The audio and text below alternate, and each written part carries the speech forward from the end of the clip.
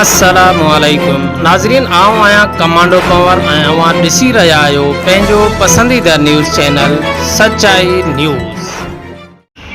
शिकारपुर ऐं ॾखण मां सचाई न्यूज़ जे नुमाइंदनि वटां अवां सां ख़बर शेयर कंदा हलूं त कारसाज़ साने जे शहीदनि खे भेटा पेश करण जे लाइ शिकारपुर खां कारकुननि ऐं जियालनि जो हिकु वॾो काफ़िलो पाकिस्तान पीपल्स पार्टी ज़िले शिकारपुर जे सदर MNA मीर आबिद खान भयो जी अॻुवाणीअ में निकितो, जॾहिं त उन काफ़िले कमारिया हाउस ॾखण शहर वटि स्टॉप कयो, जिते अॻूणो MPA ऐं मौजूदा जनरल सेक्रेटरी पाकिस्तान पीपल्स पार्टी ज़िलो शिकारपुर सरदार ज़ादा ज़ुल्फ़कार अली खान कमारियो जिन सवें वर्करनि ऐं जियालनि सां गॾु संदन जो इस्तक़बाल कयो। रेफ्रेशमेंट खां पोइ गॾियल तौर ते काफ़िलो मीर आबिद खान भयो ऐं ज़ुल्फ़कार अली खान कमारियो जे अॻुवाणीअ में कारसाज़ साने जे शहीदनि खे भेटा पेश करण जे लाइ कराची रवानो थी वियो। अव्हां खे ॿुधाईंदा हलूं त शहीदनि खे भेटा पेश करण जे लाइ अॼु जनाब कराचीअ में हिकु वॾो जलसो रिथियल आहे, जंहिंखे पाकिस्तान पीपल्स पार्टी जा सूबाई ऐं मरकज़ी अॻुवान ख़िताब कंदा। सिंध का नारा, पंजाब का नारा, खैबर पख्तूनख्वा का नारा, बलूचिस्तान का नारा, पूरी कौम का नारा, मेरे भाइयों का नारा, मेरे बहनों का नारा।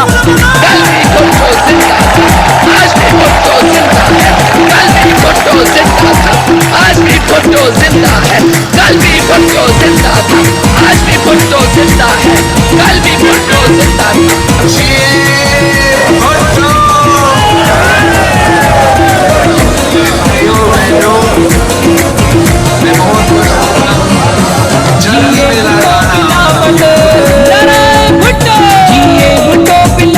तस्वीर आए सागी, तकरीर आए सागी, तहरीर आए सागी, तकरीर आए सागी, तहरीर आए सागी।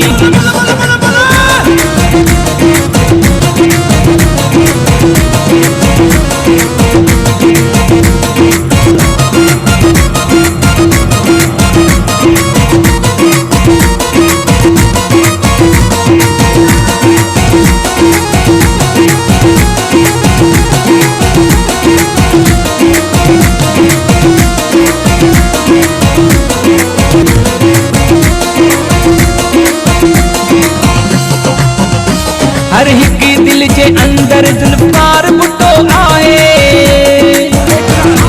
हर हिक दिल जे अंदर ज़ुल्फ़कार भुट्टो आए। कायदे अवाम जिंदा ज़ुल्फ़कार भुट्टो आए, कायदे अवाम जिंदा ज़ुल्फ़कार भुट्टो आए। सियासत वालों ही सोचा कि देखते रहिए सच्चाई न्यूज़। आप हमारी खबरें किसी भी वक्त YouTube, ट्विटर और फेसबुक पेज पर सच्चाई न्यूज़ स्पेल है SACHAI स्पेस NEWS लिखने के बाद सर्च करके देख सकते हैं।